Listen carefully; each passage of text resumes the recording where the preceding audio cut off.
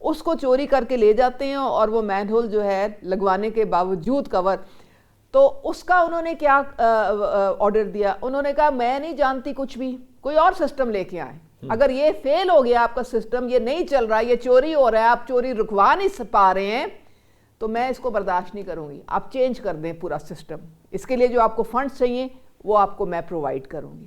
تو یہ کارکردگی ہے، یہ پولیٹیکل ول ہے، یہ وہ سینس آف رسپانسبلٹی ہے جو مریم نواز صاحبہ کہ ہر کام میں آپ کو نظر آئے گی۔ لیکن اب یہ کراچی میں جو تیتر بٹیر آپ بتا رہے ہیں کہ تخمینے بھی لگے ہیں، پتہ ہے کہ یہ تقریباً 300 عمارتیں ڈینجرس ڈکلیئر ہوئی ہیں، کوئی اس میں سیفٹی میجرز نہیں ہے، پھر بھی رات کو سب آرام سے، کسی کے کان پہ جھو نہیں رینگتی، آرام سے سب سوئے ہوئے۔